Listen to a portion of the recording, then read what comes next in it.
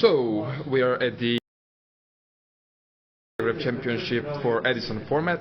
We are with Karlo. Hello, Karlo. What did you play today? I played VAYU Turbo. Okay. I expected it to be, first of all, I didn't have enough time to test the really crazy Diva Hero decks. It's not the beat down variants, but like the combo variants. So I decided to go for a deck that I knew would be great. I thought about Flammable as well, but Flammable is a deck where like your decks define if you win or lose. While this is just a much more stable and consistent deck that has a robust engine and it's like more standard, let's say. So I went for VAYU. I believe it's a very powerful mid-range deck and has probably the highest consistency of all the decks in Edison format. Okay. So you finished first today. Congratulations. Yeah, can you tell us what matchups did you have in Swiss format and in the top I decks? basically played everything. I played I only lost one round in Swiss to a mirror match. I got revenge on that in the finals. So shout out to him. And I played against Hero twice, once the Diva variant, once the Dandy variant, both the like combo variants. I played Blackwing, I played the Trap variant, I believe. I played Hero Stun, I played against Synchro Cat, and I played against something else that's escaping me, I'm not sure. Okay. So let's get into deck profile and see what you did there. Alright, so for your stars, I played 2 Armageddon and 3 Grepher. Basically, well, this is your entire deck, but this thing just packs more consistency and is a much better top deck. I really felt great having like 2 of them. The only way in which I'd go down to 1 was if I were playing Mystic Tomato and Sangan package. But I decided to not go for Sangan, because the only time I really think the card's great is when you can torrential your own board or tribute it for Caius. At all other times it's kind of slow, and there's this Tomato is also a slightly inconsistent card because like Raikou pops it and stuff like that. Well, this is just always live. So for my payouts, which I won in Grave, there's the, or actually let's go with the utility cards first. Sure. The Gardener, which yeah, of course you want it in the grave, but I walked over a few Raikous today, so I really just summoning this into something set isn't horrible. And I love this with Armageddon Knight because it sets up a Caius you have in hand.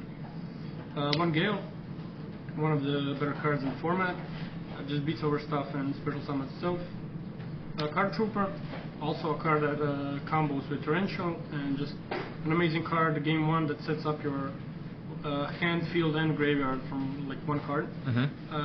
Game 2 and 3, it becomes a bit clumsy because of the Machina Tech and Cyber Dragon things, but like it is what it is. I set it out when I needed more space. When I didn't need, I just keep it in. Fair enough. Lila. Okay. So I went for this because basically I have 2 copies of this, more or less, since I can get one with charge. And just, if you're playing against GB and you go turn 1, just normal summon this. They have to have the 18 beater specifically, otherwise they're just sweating into this card. Like, what are they gonna do? They set back row, you just pop it. If your opponent sets a monster, you could beat over it, then pop the back row, or just pop the back row and like tribute for Caius or something. So I really like it as a tempo play, and it mills, and it gives us another light, which comes in handy after the sighting. Okay, sounds good enough. Played all 3 Raikous. Pretty self-explanatory. This is what makes you break setups, boards, let's call them. Also, I played a Hamster to go with them. Only 1 hamster? Only 1 Hamster, because the card is pretty slow, and the best hands in this deck are basically when you open like 4 or 5 monsters. But this isn't one of those monsters because it doesn't like flow with the other cards in hand. It's not like a dark you can pitch up Grepher. It's not a dark you can pitch summon Grepher. It's not a tuner. It's just a card that does only one thing, and that's it. Get Raikou and stun your opponent even harder because they probably expected this to be Raikou. I love it, but also like when you're going second, it just falls off way harder. So I'd usually side this out as well if I needed more room.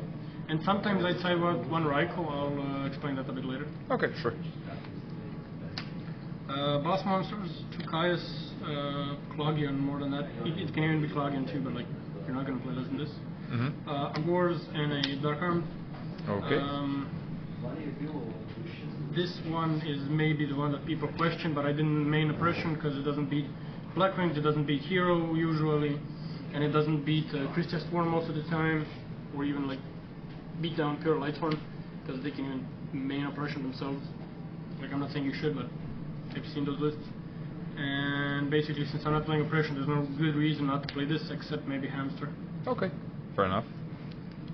And then for the Blackwings, I decided to play 2 big guy, 3 little guy, just because you clog on this again. This guy was amazing because like if you summon it into a Blackwing, he just becomes huge and breaks boards, like threatens a lot of tempo. Really liked him, but again, it doesn't allow your deck to flow if you draw too many of them, or if you draw them at the like inopportune moments. And then further grave payoff, I played this package. This is like Randage made I hope I pronounced it right. He made like a video explaining why he wants to play this, and I kind of agree on most points. But the thing I'd like to point out is there are a lot of greedy decks like hero zombies and stuff like that, which are going to inevitably beat you in the grind game. This lets you like just run them down and race them game 1 before they have like a chance to really play against you. And I side these out against every, let's call it fair non-combo deck game 2 and 3, because I expect them to put in a shit ton of like grave hate, and so just making their cards less live while my cards are more live, so like for example Cyber Dragon and other cards that do something on their own, just makes my hands better than their hands. Going into spell cards, I played 2 Book of Moon. Card is usually self-explanatory, but another thing in this deck is it lets you convert Hamster and Raikou into even more advantage. The reason why I haven't played 3 was because of space reasons, or because of it was just deck choice? Space reasons and clogging. I thought about a lot of different options for the deck. I thought about oppression in the main. I thought about playing deep prisons. I thought about like a lot of different things. I thought about playing more Lightsworns. But the thing is, there's a limit to how many engines or like cards sets you can stack on one another before you start going over 40 or over 41 too, whatever. This is a 40 card list. And basically, whatever I thought about had to use up more slots than a Hamster with just like 2 books, which is another like just way to outvalue your opponents. And sure, 3 books is okay, but there's so little backroom space that I just wanted to play a few more real traps instead of book. Okay, sounds good. Backroom removal, I did not play any of the cheesy one-offs because, like whatchamacallit, Cold Wave or the Giant Grenade, because you don't have a guarantee you kill your opponent with this deck. This is just a mid-range value deck, good stuff there. Okay. So just the ones that are like standard. Brain Con drew this whole day, the reason I won. Really good card. Broken card? Yeah. It should be banned. Hey. Definitely. Other power one-offs. These 2. Maining Burial. Okay. Burial just lets you. Sure, it's like a brick in early game, but as soon as you get either a VAYU with the Scirocco, or you get just in specific scenarios just the Gardner, this card gets value really quickly. This is more consistency. It can even get you the Gardner. Oh, nice. It did come up once today, and it can get you a sidecar that I'll go to later. And this is a tiny toolbox with 2 monsters, both side up to 3 monsters that you can fetch. But the thing is, this card is actually the reason Raikou is good. This card is way better than Raikou. Yeah. Even though your opponent then knows you have Raikou, except if you like set Hamster or something. The reason it's so good is because you just get a free mill 3. Also, like getting Lumina is huge because if I have a Raikou, I can just search Lumina with this, and then I can remove a monster, hopefully, like slow down my opponent's tempo, and then pop another back row, and then I'm pretty certain my plays will go through from then on. And the one Allure, I don't think I saw it today. I'm not a huge fan of this card, but you kind of have to play to unclog the hands. It's a huge consistency boost for this deck. Yeah, definitely, especially since there's so much garbage you can draw in this, Yeah. especially with the malicious and stuff. I don't want to banish a malicious. If I have 2, I'd rather try and wait to send a play to top deck 1 to get it back, but sometimes you just don't have the luxury of waiting. You just have to play, so you'll learn. For the back row, I played 2 bottomless. I like Deep Prison a lot, but this isn't a deck where you want to be beating down with your opponent. You just want to start having your plays go through and you just win. Yeah. This is just to slow them down a bit, and it works on boss monsters. Certain boss monsters on which Deep Prison doesn't. Mm-hmm. And then the good ones, I usually like Deep Prison over Mirror Force, but since I had 1 slot, I was like, sure, I'll just play Mirror. If it catches someone off guard, it catches him. Yeah, definitely. And these are pretty self-explanatory. I did side out this one going second against like the mirror matching decks that go low hand count really quickly. Okay, sounds good. Extra deck, I'll just go by levels. Sure. This for the potential ODK, probably not going to come up this just because of the level. The good 6s, these are some of the best monsters in Edison format. Mm-hmm. The 7, it looks like it's been through a washing machine, oh god. The 8s are kind of important because they're your easiest level to make game 1. Okay. Dark Hand just clears Raikos and stuff for free. You can clear like Guo's main phase 2. This protects you if you have a big field. Mm-hmm. This is for the random OTK or like late game, grand game scenarios. And this is just nice because Brain controls a card, and like so is Deep Prison. If you see like your opponent going to Deep Prisons a lot, and you can make this guy, it's usually good. Yeah, he clears the Seki ones that are usually problematic. Plus, gaining life is kind of important in this format. Because sometimes you can just be like, okay, I'll skip this turn by not playing any cards, and I'll just eat up direct attack if you have the life to do it. And it can actually be a positive tempo swing because you refill your hand for Grapher or something. And this card, like, at least once allowed me to do that. And there's the Chimera attack. Sure. And then the Blackwing package. You just have to play 5 of these. There's nothing you could cut in here. Okay. I mean, sure, you could say you could, but like it's gonna come up the very next game. Okay, sounds kind of standard, but yeah. okay. And aside that, so basically, going into it, I knew I'd be siding exactly 3 cards in most games, and that was going to be setting out 2 Malicious and 1 Plague Spreader. Mm-hmm. Of course, I could always force siding in more cards, but I knew those ones are going out against every like non-combo deck, that I don't have to like raise decks that I want to grind against. So there's a lot of 2-offs and like cards that are going to be set in as 1-offs, exactly for that reason, so I can just have the free.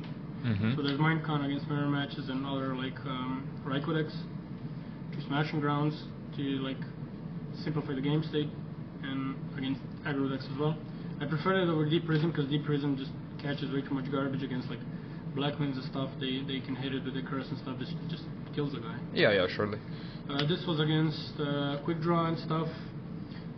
You can get it with Rota and you can get it with the whatchamacallit, charge, but it's nice because it's also a light. And speaking of lights, I played Sork and 2 Cyber Dragons. Oh, These okay. went in every time I went second, more or less. It just the idea is main deck barely doesn't support this card. You need like 1 more light or 2 more lights to efficiently support it. But when I side into these guys and probably her, then I can just play Chaos Sork without minding it. Plus, Sork is way less resource intensive than your other aggressive lines, because you can just put him down once your other stuff has eaten, like a Mirror Force or a Torrential or just in the Grand game. So he's a free summon, and that's why he's so good. Also, if people have Grave Hate, they're not going to be removing lights against you, they're going to be removing other stuff, so this guy just lands for free. It just catches people off guard. Yeah, definitely. Like, if people knew I was siding him, I'd probably just stop doing it. Against Monarchs and a bunch of other stuff. The crappy card? The Unfair card, I actually don't like this one. Like, it bricks you, it clogs you a lot, but when it's good, it's way too good not to play. I had to proxy 2 oppressions because I don't have my own right now. Yeah, okay. Sad story.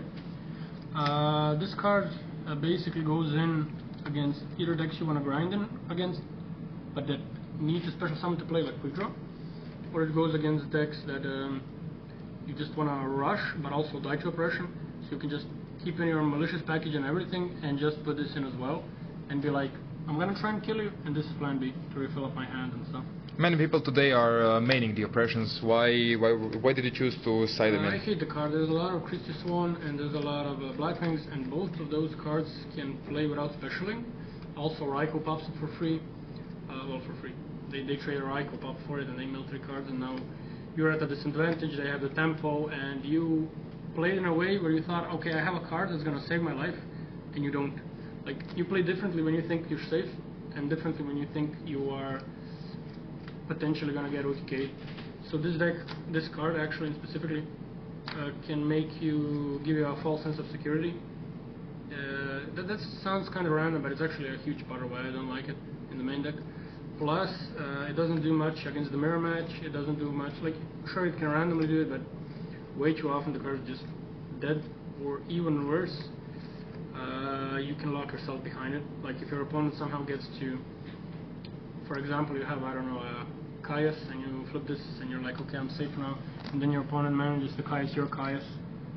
What do you do then? Like, it's bad in way too many matchups to justify playing it in the main deck, especially when the deck is powerful enough and fast enough to win games without the card. Well said. And to Dust Tornado, just to trade with other tempo decks, other back row heavy decks. Actually, not like back row heavy decks, but like decks that are gonna set 1 or 2 back row and rely on their monsters to do the heavy lifting. Then you just grind to the back row faster, and your monsters usually do the heavy lifting better. Did you ever use the secret effect of the Dust Tornado today? Not today, no. In my life, I use it exactly like twice. Not playing Goat. I use it sometimes in Goat, but like I use it way more often in Edison if this card wasn't so slow. Yeah. I hate siding it in going second because I have to set it, not get a random MST or something, not get killed by the back row they already have on board, and then it maybe does something. So I'm not a huge fan of it going second. Yeah, sure. If you had to make any changes, what would you change? If I had to make any changes, I don't think I'd actually change much to the deck. Like, I think about cutting the tornadoes and the oppressions because they didn't seem so good throughout the day. The rest of the deck I was pretty happy with. Maybe I'd try to find space for like 1 more actual trap card in the main deck, and that's about it. Okay, that sounds nice. Do you have any shoutouts? Yeah, shoutouts to everyone that came today, shoutouts to every opponent I played against, and I hope to see you all again soon. Okay, see you guys later. Thank you, Karlo, very much. See ya. Bye.